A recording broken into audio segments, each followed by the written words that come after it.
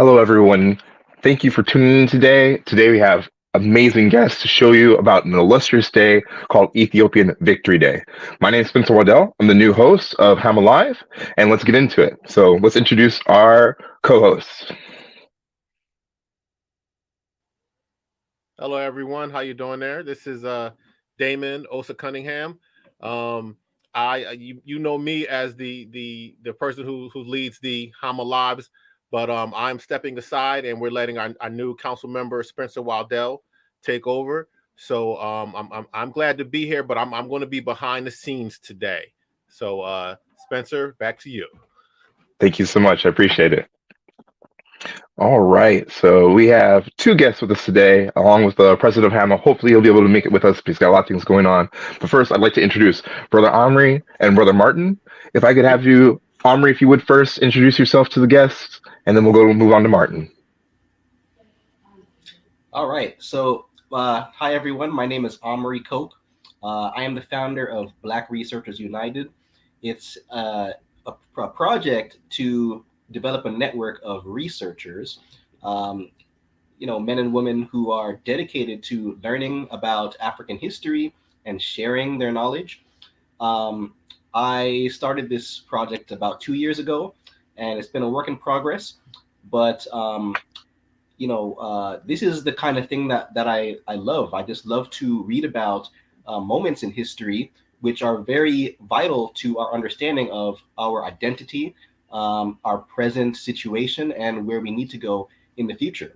I'm so excited about the Historical African Martial Arts Association and what y'all are doing. I've worked with some of your members in the past. I'm familiar with Brother Osa, Brother Mansa Myri as well. They are actually members of my study group. It's a study group that is sort of informal. We meet about every week, and that's been going for a year. So, here I am.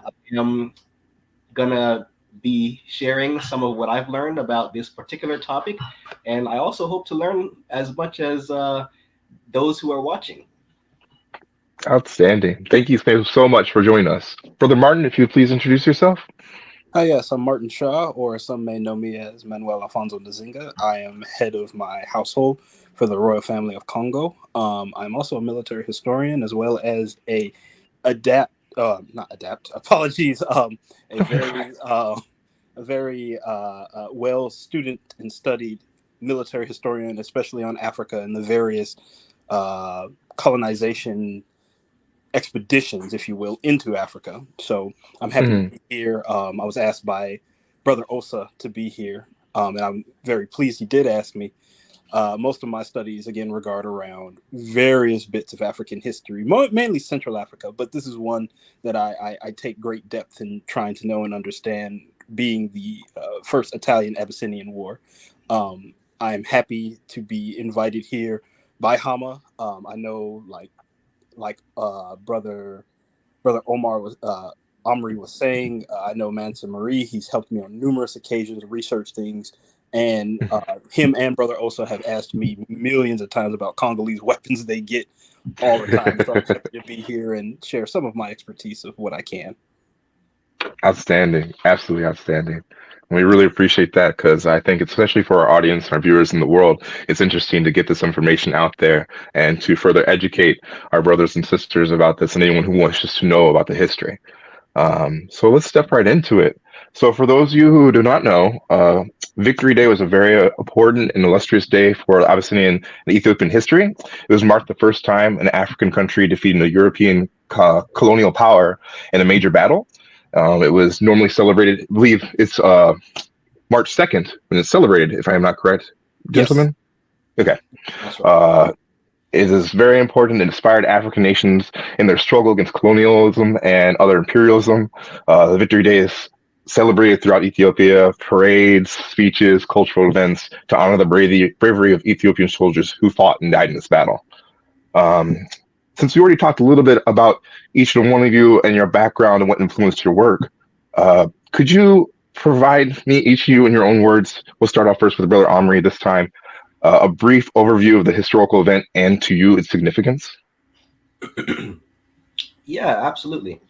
So Victory Day, again, as you stated, is a national Ethiopian celebration and is to commemorate the victory of the Ethiopian army against the Italians during the Battle of Adwa, which was in 1896. Um, Now, Ethiopia, they brought a stunning defeat to the Italians. Um, what, in terms of the numbers, the Ethiopians attacked the Italians as they retreated. 7,000 Italians died in the attempt to secure their colonial interests. And at the same time, the Ethiopians lost roughly 6,000 troops. So it's stunning not just for the fact of the Italian defeat, but also if you look at the numbers, you can see that the Ethiopians, they pretty much took the cake. Mm-hmm. So Emperor Menelik II, he actually declared victory and signed the Treaty of Addis Ababa on October 23rd of that year, and that thus signaled the end of the conflict. So that pretty much summarizes an overall view of what the context is about. Very good, awesome, and I understand that. And even though that's a good synopsis, that part, Brother Martin, did you have anything you wanted to add or your thoughts on that part? Yes, please. Mm-hmm. The Battle of Adawa was very instrumental in cementing Abyssinia's right of independence as one of the few African nations that was free at that time. It had something to prove, and it proved that even though we were fighting in the old ways, in the old military styles, traditions, and experiences, even though there was gunfire, most of the men, as you see in the picture, are mainly armed with spears, swords, shields.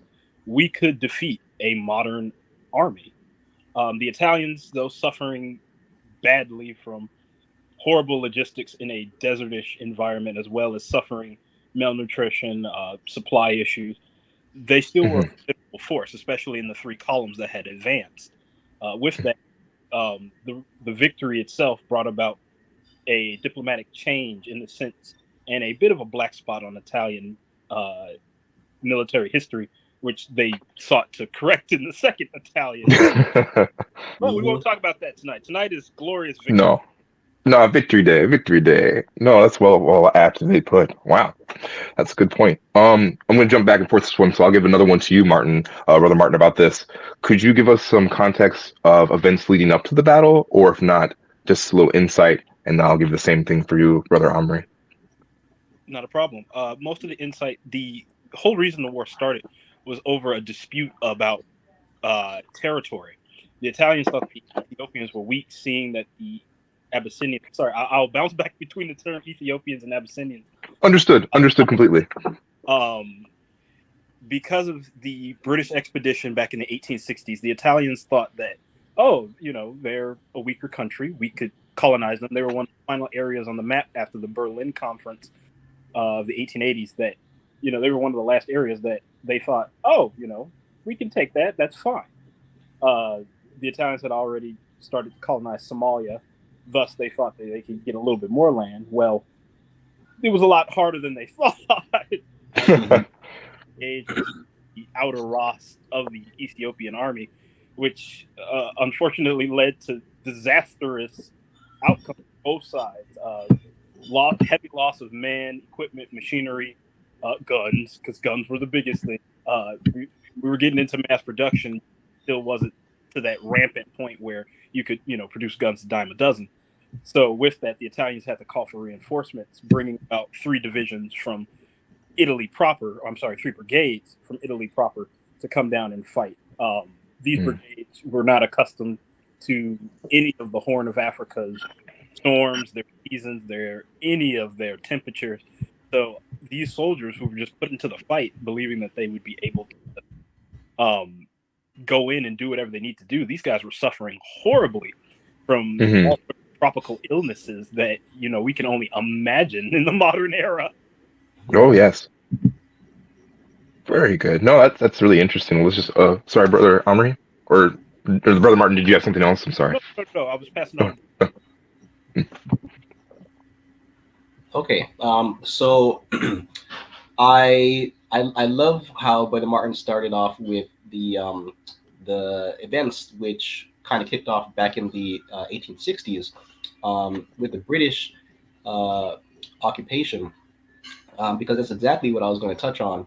So it was, literally just a few decades earlier, when the British they led a punitive expedition, which is literally an invasion, into the Abyssinian capital, and this was in retaliation of the emperor's decision to hold the British consul, along with several missionaries and civilians, hostage.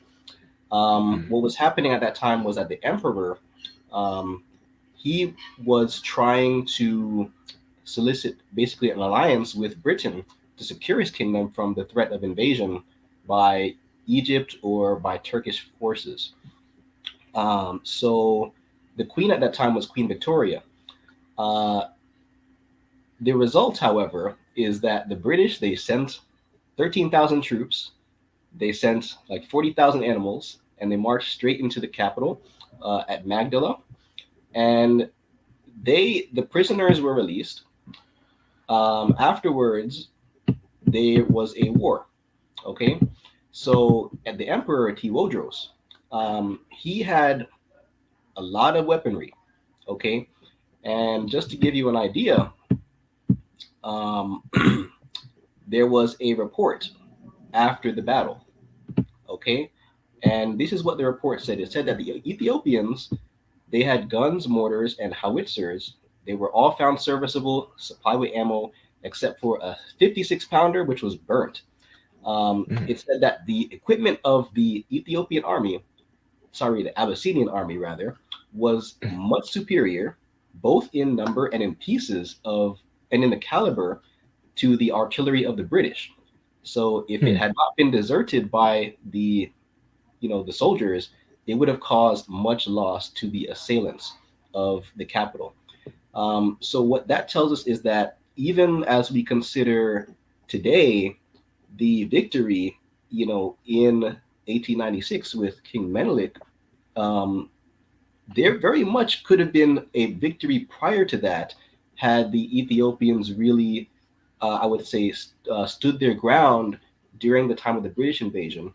That could have potentially, I would say, not so. It might have probably prevented even this event from happening, but it would have at least bolstered Ethiopia even more, and not just during the time of the Italian invasion, but even after that time, the second Italian-Ethiopian War, as Brother Martin was describing.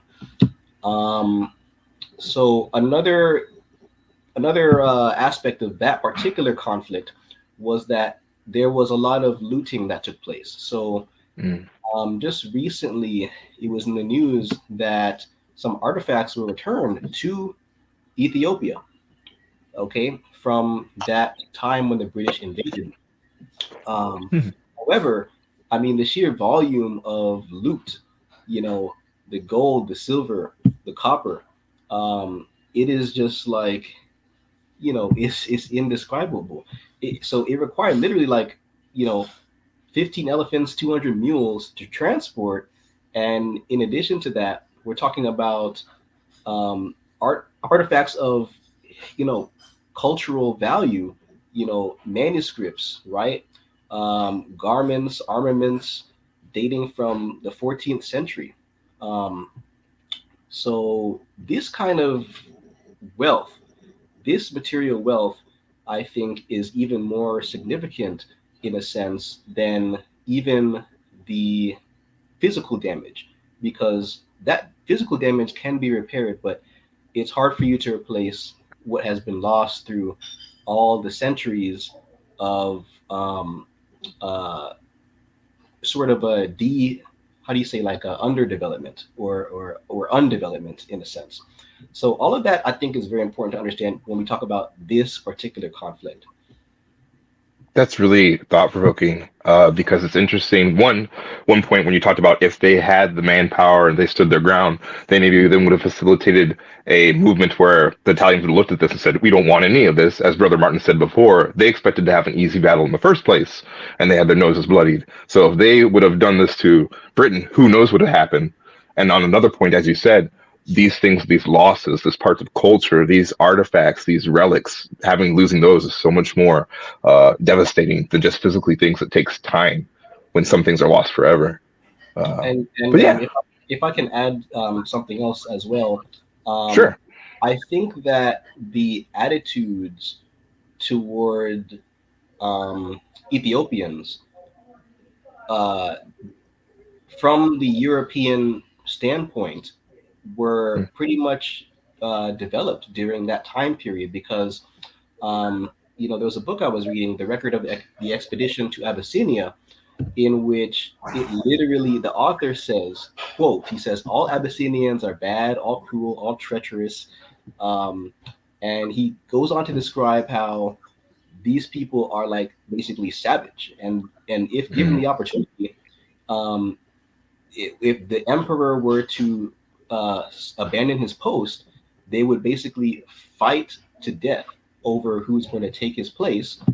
And then it also, this person who wrote this also went on to say that if either Menelik or there was another candidate for the position, if either of them become the replacement, they said, things could only get worse. Okay. Wow. So these are the kind of, I would say, this was the kind of situation, this was the context for what was going on during that time in the minds of the Europeans. That's interesting. That's very interesting. And then for our viewers, the man without needing an introduction, president of HAMAA, Damon Stith, he is here. Brother Damon, how are you doing today? I'm doing well, guys. Sorry I'm late, and I feel like I've missed a lot already in a very, very interesting conversation, but I'm glad that I was able to make it. No, you're fine, brother. You're fine. Life is hard. We get everything together and moving forward. No, you didn't really miss too much. We basically started the basis of what Ethiopian Victory Day is, or Abyssinian Victory Day, and then we're moving on to some stories, some key players. And next, I'll have Brother Martin introduce or talk about to you. We were talking about stories. We're talking about things you've heard.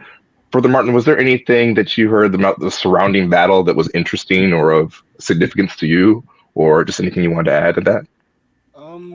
For me, one of the more interesting things about Adawa is the fact that the people of the area that was supporting the Ethiopian army had actually ran out of supplies, and Emperor Menelik was preparing to leave the position just the day when the Italians marched right into them. He was informed by spies or deserters, more so, who were bribed. Just being honest. It was yeah. You're starving, you're in the middle of a desert, he gives you some food. Hey man, they're over there. You didn't hear it from me. But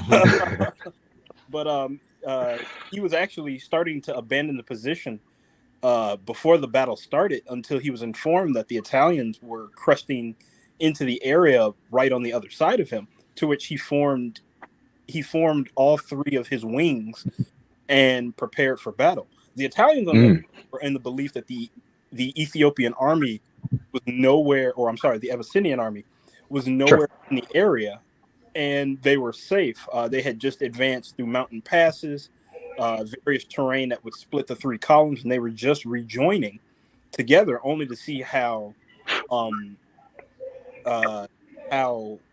I'm losing the word, but how you're fine. How untenable their position was when they finally realized that the Ethiopians were right in front of them. No, that's really something, especially, and it takes a good battle commander. When you see this, you're like, okay, maybe we took this, but how long can we keep this? Supplies, positioning, all these things. That must have been a rude awakening. Brother Damon, would you like to add anything to that? Yeah, so I'm going to start off. I'm going to be very honest. Although I specialize in Ethiopian, Abyssinian fighting arts, when I'm dealing with text, I'm usually dealing with like kind of the after effect of the war, or after effect of like Europeans being in the area. So a lot of my sources come from before and after the fact, and don't really deal with the war itself, but they deal with like what Europeans observed um, prior to or after the fact. So doing a little bit of homework on the Battle of Adawa, what I found very interesting was that the Italian army, the Italians were overreaching in a lot of ways. They had just unified themselves, and it almost reminds me of like it demonstrates just how the way Europeans viewed Africans in an African army, like it was going to be like a cakewalk, and so they made the commanders made some serious tactical errors. Um, Underestimate. Part of that is the Italian overreaching, and part of that is Menelik being very, very shrewd and playing a very like wise, long game. Playing the game in essence. Like he worked with the Italians to an extent, and enough to buy himself time, enough to like stockpile, some modern weapons, and they were going in blind in many, many ways. Not just when they arrived to the site for battle, but they made some very serious errors in underestimating their opponent. That's an apt point, and especially when we were talking about that, I believe it was Brother Omri when they were saying the dehumanization of the Abyssinians, when they're just talking about they're just this point, and that because builds this idea in the soldiers' minds, making it think like, oh, we're just gonna come, we'll be done by dinner or whatever it may be. Right. And so yeah. along those lines, the countermeasures, the kind of like the band-aid on the wound after the fact was how Ethiopian how Menelik was portrayed in artwork afterwards, and he was like shown like devoid of like African features, and he was seen in essence as like a dark-skinned white man. Again, when we're talking about the effects the Battle of Adawa had on not just on Pan-Africanism and African identity and African hope against colonialism, we have that counter image of like the Europeans explaining away the victory in ways that are not so subtle as saying that the Ethiopians are not truly a black or an African people. They're really Phoenicians, or they're really some other mixed race and stuff. And you kind of saw that effect in just the artwork, the propaganda artwork after the fact. And I find that to be really interesting. That's an interesting point. We'll move on to another one. Brother Martin, I'll start off with you this part, and then we'll move to Brother Omri and then Brother Damon. Kind of when we talked about how do we think, and this is all your own personal thoughts, how do you think the people or societies involved, how did this impact the culture and these people? We'll start off with short term as well as long term. And you being a person of the Congo, I think you'd have interesting insight. For short term, for the Abyssinian people, it gave a sense of self. It gave a sense of acolyte and prayed that their military culture was so adept at fending off invaders to their own sovereignty, to their own independence. Much in contrast to my own people and kingdom, where we saw diplomacy over military warfare until the very end, unfortunately. But with that victory gave hope to many nations, to many people, much like the Battle of Isanwanaland, years before. It was one of the victories. This ended a war. This was the defining war ender, showing that not only can we defeat you in battle, but we can defeat you in a full war. So that it gave a very big sense of pride and helped unify the various people. Because when we talk about Abyssinians, we don't think about the various clans that make up Abyssinian people. We don't think about the Shawa or the Yahwehs or the Yimbo, the Goja, all Gojem, all these people that make up Abyssinia. They fought in their armies under their various Ras or their various lieges, and it gave them a sense of we are together, we are united, we are one. So short term, it gave a projection of self, a projection of identity to the people. Long term, it gave prestige to Abyssinia. It gave military prowess. It gave the idea that our army is modern, we can fight. It showed them on the world stage that they were equal in fighting terms to whoever wanted to come and play in their backyard. Yeah, yeah. We'll go ahead. Actually, do you have any thoughts on long term? We'll both go short and long for each person. Oh, you're so okay. I'm so sorry. Yeah, yeah. No, you're fine. No, you're fine, brother. I'm sorry, brother Martin. Yeah.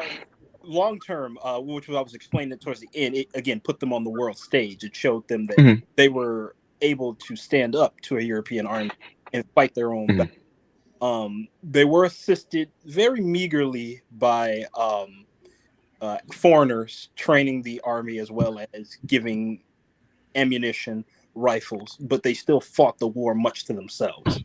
Themselves. Very interesting. That's very true. Brother Omri, did you have any thoughts on short term and long term? Yes. So, as far as the short term, like Brother Damon was saying, it reminded the African world of their potential. The outcome of this war, it showed that for Africans there was no need to bow the knee to the imperialists, and also demonstrated to the Europeans that Africa would not go down without a fight. Africans rather. So in a sense, it was like a defiance of white supremacist views, which were mainstream during that time, and then later on, especially in fascist Italy, in Nazi Germany. So you see this this sort of consistent effort to suppress the the victory in, as Brother Damon was saying, in other ways, in very symbolic ways. And I have a book here, Holding Aloft the Banner of Ethiopia by Winston James. This book gets very much into the movement called Ethiopianism, which is a branch of Pan-Africanism. It was very much shaped by Garveyism as well. There was a lot of people who came together and they created these different organizations, which were to represent Ethiopia in the diaspora and the power of Black unity. So when you get to the time of the World Wars, right? You got Italian dictator Benito Mussolini. Uh, he was basically up against the League of Nations. After he basically sent an invasion into Ethiopia. This was on October 3rd, 1935. Um, and unfortunately, many more soldiers perished on the Ethiopian side. Um, and so that was a very you know, it was a sad event. But now this event had effects that continued, those long-term effects, because this basically is the root of what took place during the time of the Holocaust. After Mussolini was facing this pressure, this international pressure from the League of Nations, right? They placed sanctions on Italy, okay? And Italy felt that essentially, and Mussolini, he said, quote, that they were taking from them their place in the sun. And by that, they meant their colonial territories in Africa, which were considered to be very lucrative during that time, right? So now Mussolini, he wanted to expand his empire, okay? But now when he started to take this initiative to reclaim Ethiopia, he said that the objective must be not just simply war, because that didn't work the first time. He said the destruction of the Abyssinian armed forces and the total destruction of Ethiopia. And he said his empire cannot be built otherwise. He was so dedicated to this. After this, in 1938, he came together with Adolf Hitler and they had this document called the Pact of Steel Alliance, and basically they also established a manifesto of race scientists, which declared that Europeans were distinct from Africans and Asians and the Semites and the Hamites in the Mediterranean, and that the descendants of the original Italians were also, along with the Germans, members of the master race. Mm. Um, so through all of these processes, we have this moral framework for the enforcement of white supremacy, all these racial laws, which culminated in the Holocaust, in this expulsion of the Jews, and other colonial subjects, under not just Italy but under other powers which were allied to um, to Germany. Another effect that's long term, which is not very commonly stated, is that during that second war, there was the involvement of Catholic Church, right? Mm. And that caused an outcry, which to this day is resounding.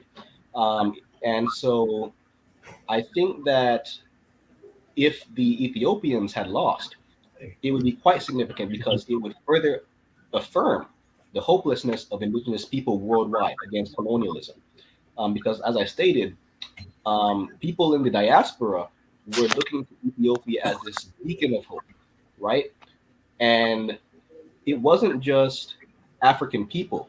There were other people who were joining under this banner of Ethiopia. There's a movement called, while we're familiar with Black nationalism, but there was also Black internationalism, and that's what it signified. This idea that not just African people were fighting for solidarity, but also Asians, and other groups of, you know, people who were non-white who were being oppressed Mhm. by Mhm. the nations of Europe, and by the United States. So again, I think this event is so significant. If the Ethiopians lost, Italy would be a much wealthier nation, and it could potentially rival its neighbors in Western Europe. Wow, that's really profound, and it adds upon what Brother Martin said, and it makes me think of the old adage where people think they talk about the elephant. If you have a baby elephant and you put a stake in the ground, it can't pull it away as a baby, but as it grows and as it grows, it could easily pull the stake out. But because it's had this mindset that you can't, it's like the furthermore of the African countries and then the people, they would have been under this thing where they like, we can't fight our way out of this. Why even try? So that does make it very profound. Uh, Brother Demond, would you like to expound upon that? Yeah. So I think in the short term, it provided the people of Abyssinia. It showed them the strength of their unity, and I think that that was one of the things that the Italian army was banking on, was the fact that there are so many there, that Ethiopia or Abyssinia is such a diverse area. They were wanting to like play on that diversity and use it as a weakness in order to like fracture them and to make their conquest easier. But that diversity wasn't an impediment to that. It actually solidified them into this one unified force. So I think that the idea of, you know, you have Ethiopia. I'm using that term for Sure. now. You have Ethiopia because that term has a lot of what is the word? It Like has a weight lot. or gravitas? Yes, Like, it has a lot of weight of gravitas. You know, it has a lot of antiquity. It's associated with the old kingdoms in antiquity. It's associated with the kingdom of Israel through Solomon. It has a lot of power, that term. And I think that with this victory, it confirmed in the minds of the people, you know, Ethiopia, Abyssinia's spot, its place on the world stage. Now, for people of African descent and for Africa itself, and this is kind of more on the long terms, I would say that Ethiopia's victory against Italy is on the same stage, on the same footing as the Haitian Revolution, like two mm, very clear, resounding black eyes to white supremacy and to colonialism and to slavery. And for diasporic communities, you know, Ethiopia becomes like almost like this mythical, you know, El Dorado, like place for us, even though our ancestry is primarily from West Africa. There was a time, of course, Ethiopia was seen as not just that region, but it was seen as the whole thing. So there was like this, I think that we have like with that victory, it solidified Ethiopia as a mythological place for us, if that makes any sense. Very much so. We're talking about like Garveyism, we're talking about Rastafarianism, we're talking about some of our greatest diasporic thinkers being very, very influenced by that moment, just by Ethiopia saying that we are the one country that the colonists were not able to take over, and that gave us, pride. We were able to like stand taller and live vicariously through that victory, because we were being called you know all kinds of names that were associated with being black, whether it's Negro, whether it was Ethiopian, whatever it is, but we associated with that victory. So the landscape of today would not be the same without that victory. We can't, and this is going to be, I know we're all scholars and serious fighters and all that kind of stuff. I'm going to like break it a little bit. Like, I will go so far as to say that the Battle of Endor was inspired by that kind of victory, where in their minds, this is what they thought. They thought that the Ethiopians just had swords and spears, and they just were going to be fighting in this kind of way. And it's just like, it's going to be a simple thing. And it was that moment where it was a combination of poor leadership on the Italian side, and the right reasons and the good leadership on the side of Abyssinia that made that victory possible.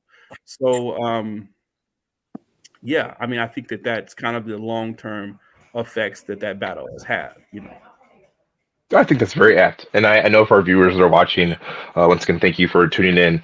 And the reason we ask this still with each scholar and their own personal opinion, even though we're very much on the same page, each person is adding their own little piece to it. And as we go on, you never know without asking these questions where someone might have that other little bit of introspect. So even though it seems like we're very much on page this one, it's important that if we're asking, even though it's around the same questions, because you're still getting a little bit of flavor from each person. So that being said, Brother Martin, what's some of the documents and other research that you used or your approach for analyzing this? What did you go through, or what can you tell the viewers that helped you, if any?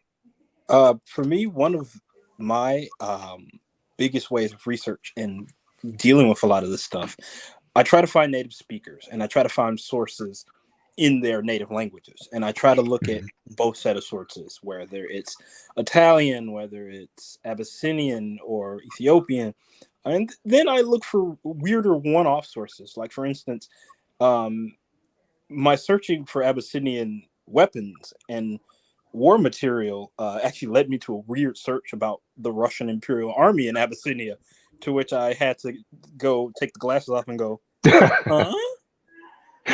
But I got to learn that a Russian delegation from the Imperial Russian Army was there, teaching them how to use weapons, teaching them how to use cannons. I also got to learn that Russia gave them 1 million rounds of ammunition, which was interesting to me. But for research sake, I try to look at both sides and know that both sides write from a different perspective. Know that the Italians write from a mindset of as the war started, a victorious mindset of we will defeat them, to after the war, the black spot of being defeated by this super African army.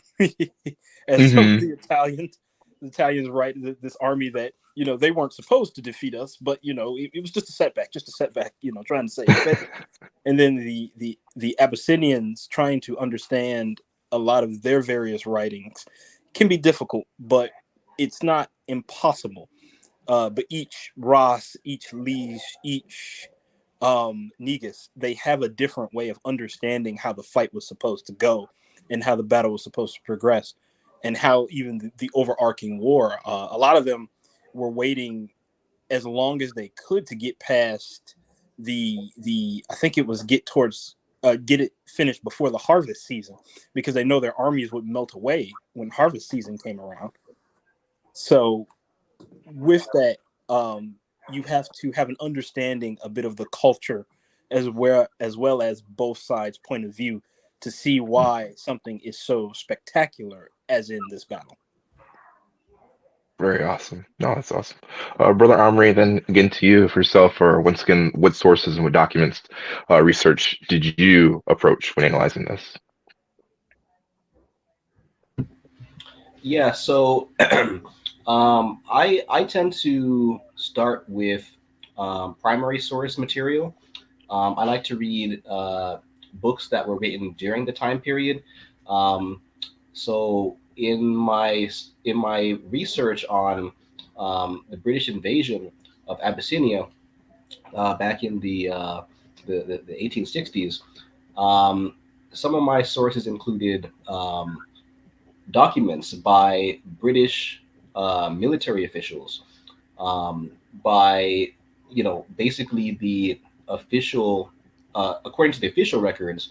A lot of them were kept in like the Victoria and Albert Museum. There were some in the British Museum. A lot of the artifacts, the loot that was taken from the country during that time was scattered in so many different countries. It wasn't just in England, as most people believe. Believe it or not, uh, you know, so some of them they went to like France, Portugal, Austria, Germany, and also the United States.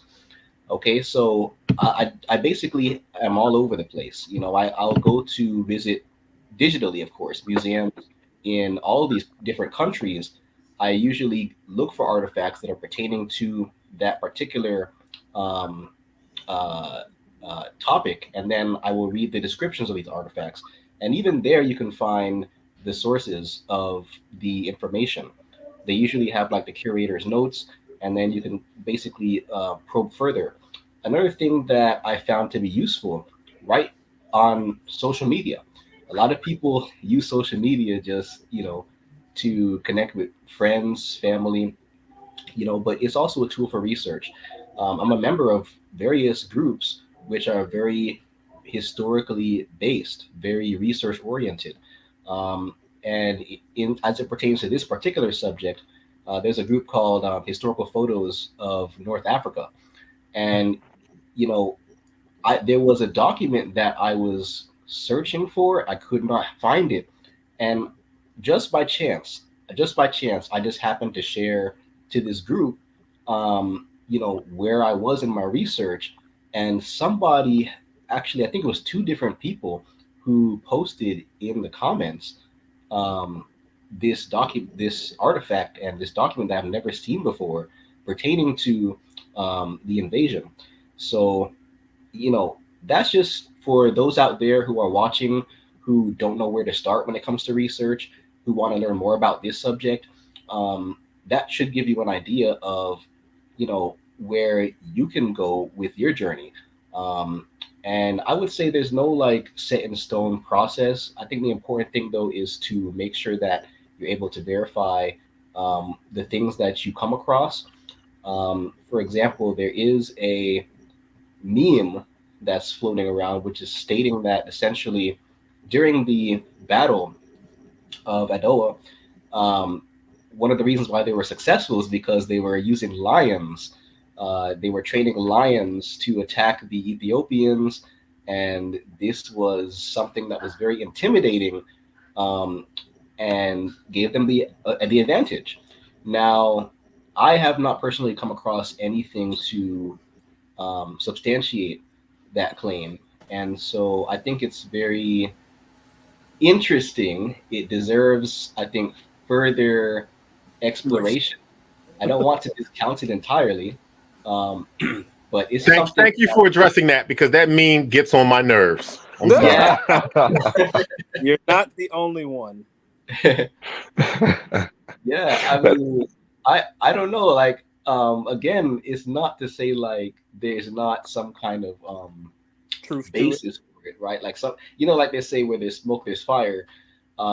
This could be one of those situations, but like definitely I can say for a certainty that the use of lions may not have been as widespread to have as much of an impact as it is being implied in that meme. That's Of like, course, and it's one of those things where some people don't let the facts or the truth get in the way of a good story. And it could have been these Italians, somebody that was just there, and lions came after them. At one point, they're like, "It was sent by them." Who knows? Who knows at that point? and like, if Uh, I add to what he's saying, mhm. the only bit in my research that I've ever came across of Italians being attacked by lions, and this drives me nuts. During the Second Italian Abyssinian War, when the Italians made it into the palace, Emperor at that time Haile Selassie kept lions, and Mm. they were free to roam around the palace. Um, good. I think it was 3 Italian soldiers. I do not remember their names off the top of my head, but I have the research on it. They were attacked by lions, but that's mainly because they were where they weren't supposed to be. So that's the only bit that I've ever come across that substantiates any claim that the lions were trained to attack Italian soldiers. But again, that's so far late past the battle that That's all it takes. Someone's like, "It happened once," and then it just goes, and then memes. That's all everybody ever remembers. That's an interesting point. Thank you for sharing. Brother Damon, also you were saying that you were doing a lot of research recently for the viewers. Could you say where you started and some of the things you looked at? Yeah. Before I do that, let me circle back real quick. So on the lion, Sure. like everybody wants to talk about the lions, man. Yeah. like how many really, like how many lions does it take to make it how many lions can you have to be decisive on the battlefield in the modern world? Like really, like Well, um and I'll tell you from a Congo perspective, because we would actually train, and I got record on this. We would actually train anywhere from leopards. We really didn't try to use leopards, but we would do elephants. We would train elephants, like we would make them go impedimous and then send them into enemy ranks. yeah, Now, yeah. elephant is large, so you would only need about 4, maybe 5, and battle done. But Right. Yeah, lions, that's kind of one of those. What keeps it from e- circling around. exactly. I'm gonna call that's probably like fantasy or some kind of exaggeration of what happens. I can't imagine that. Like, how many lions are we going to actually have on a battlefield and be decisive? You know what I'm saying? Like, it can't just be like 2 or 3 on there, and it's like, I don't know. I don't think so. I think that It there's. depends who that lion gets. If it gets the general, then all you need is one. But yeah, you're right. I'm not Oh, going so on a battlefield with a bunch of lions, even the ones I trained. I'm sorry, like cats are self domesticated, so they can decide to come in and get at you. Like, everybody's fair game at that point. Um, True. but I do think that the lion as a symbol, um, as a symbol of Ethiopia, definitely, I think there's a symbolic a symbolic reason that the lions um, uh, are prominent. Now, going back to like what I was using, um, so my focus has been mostly like on looking for evidence for, like, close quarters fighting. So I use a number of sources. Like, I'll use a lot of artwork. So I spend a lot of time with some of the battle murals, um, and then I use a lot of um, I would say accounts, and these are not specifically accounts about the Battle of Adwa, but just again, European observers talking about what particular kingdom, ruler, leader, people in Abyssinia that they're encountering at the time. So I've read the Russian account, and I was going to say that the Russians connected with the Ethiopians because of they were both Eastern Orthodox Christians, and that made them um, want to click up with them, especially because of the. I don't know. Did you guys discuss the pact that the way that the pact was written between Italy and Ethiopia? We have not actually discussed that yet, so that's fair game. Yeah, Yeah. go for So I'll throw it out there, and you guys can expand upon it a little bit more. And I'm gonna have to leave in a moment because I'm doing some protection work for the Queen Mother out here. But basically, the Italians made a pact with the Abyssinians, one in Italian and one in Amharic. Now, in the Amharic text, well, in the Italian pact, it basically said this is like said to it said that Ethiopia, Abyssinia was under the protection of Italy. And so when Menelik was trying to make connections with other European nations, it was illegal for them to talk directly to him. They had to go through Italy. And this is kind of what is leading towards the the friction up to this war with Italy. And so Russia was one of those states that was upset with Italy for making that kind of arrangement and trying to because basically the Ethiopia was cut off from the Mediterranean world in essence, with Italy, taking over or having possession of Eritrea. So that was one of the things that brought this we got to fight to a head. So yeah. Anyhow, so back to my sources. So yeah, I usually deal with a lot of artwork and a lot of accounts. I am on there are resources, there are groups like Brother Omri was saying, where you can connect with people who are active, because Victory Day is a big thing in Ethiopia, and there are lots of sources that can talk more about what's remembered, and but mostly my stuff has come from artwork and from dealing with accounts post and pre. So Absolutely, that's awesome. That's absolutely awesome. Brothers, I need to bow out right now. I think they're going to start playing music, and it's going to probably bleed into this. I hate that I was late and that I had to leave early, but I'm glad I made it for a little bit of time. That's okay. We're going to be a little bit longer and ask them one more question and we're going. But thank you so much for gracing us with your present, Mr. President, and take it easy. All right, guys. Thank y'all. Y'all take care. You as well. Take care. Awesome. Well, not going to keep you guys too much longer. Oh, go ahead. Yes, please. If I may, I wanted to add another thing to what I was saying before as I was listening to Brother Damon. In terms of sources, in terms of source material, right? Like I was identifying that some of my sources came from the people who were involved in the conflicts. We find that there's not a whole lot of written text from, I would say, the African side. However, it's out there. It exists. It certainly existed during this war and the previous invasion by the British, and even after that during the invasion by Mussolini. So I do want to point that out. Some of my sources have come through those particular perspectives. There were letters that were written by Emperor Tewodros, for example, and of course Emperor Menelik and Emperor Haile Selassie, right? All of them, they were, literate. They were people who, had messengers that they were able to send to the other side. So, I would definitely, my message out to those of you out there, don't just take all of your information from one side. You definitely want to have a balance in terms of, the amount of material that you're examining in your research.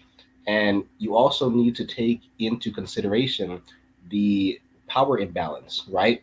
The fact that most of the narrative comes to us from a colonial lens, right? From an imperial lens, that has to be understood. That's a very good point. I mean, there's always two sides to the story, and to have the full sum of it, it's nice to see what they had. And you both being very accomplished scholars, as well as Brother Damon, it makes me interested, and I've been looking at more things with the Vatican, as we talked about with the Catholics Part 2. I wonder if there's anything in there, and I know they have such a vast amount, I think like 53 miles of texts, and how they only allow like 60 scholars a day to go through, and then you only have a pencil and paper, you can't take any pictures. That seems like something that now I'd like to go through and try to get the proper resources to just go and see and pick their brains, because there might be some interesting texts there that we have no idea about. But that's a really interesting light. Yeah. But so we're almost at the end of the hour. I was going to give you guys one more chance to just talk about what this day, of course, kind of like a paraphrase of what this means to you. And also, we've talked about the past a little bit more. If you guys have any insight for how they celebrate Victory Day as today, I've never been myself. I would like to someday in the future. But just kind of a closing comments talking about that. And we'll start off with Brother Martin, if you would.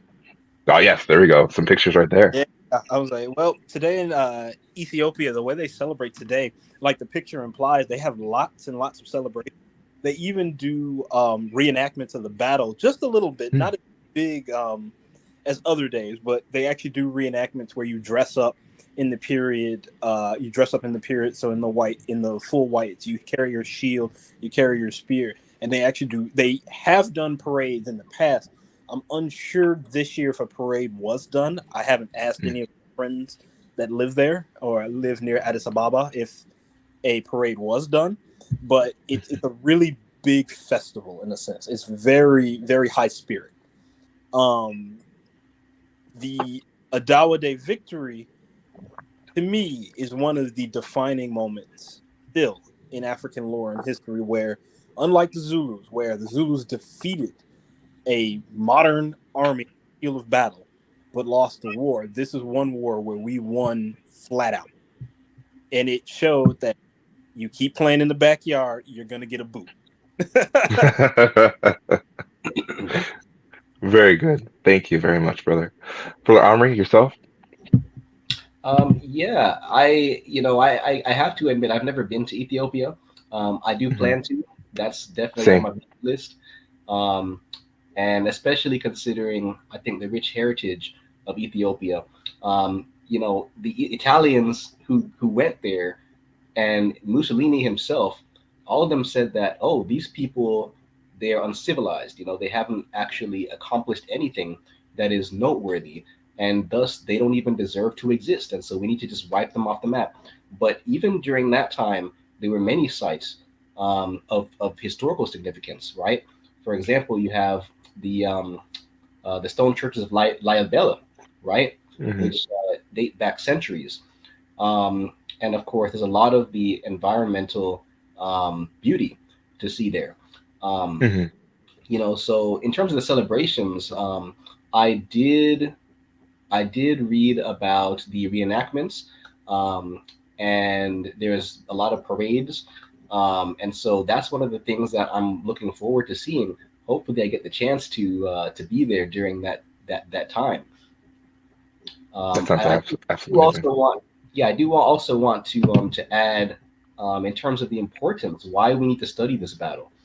I would say we need to be knowledgeable about the times when our people were prosperous in the past, right? Because this is going to inspire future developments. We're in a situation currently where Africa seems to be struggling on all fronts in comparison to other continents.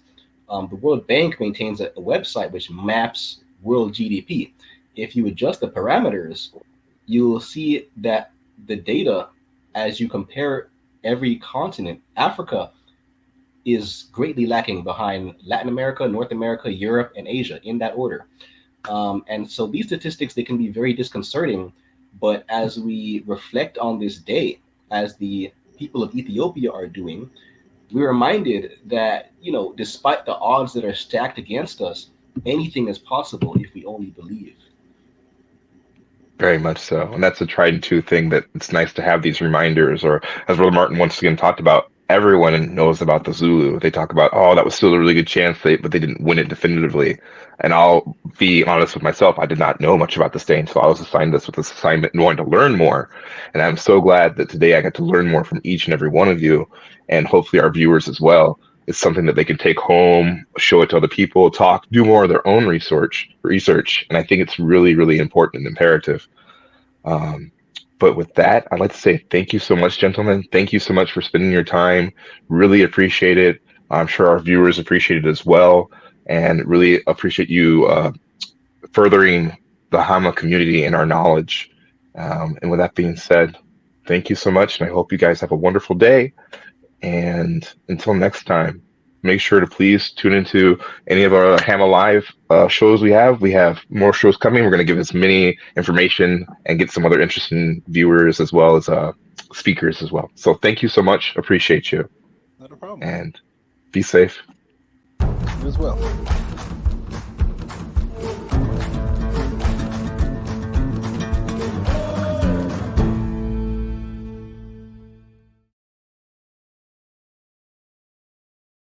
The Historical African Martial Arts Association's Hero Series celebrates the great military leaders of Africa's past. Order yours today at teespring.com.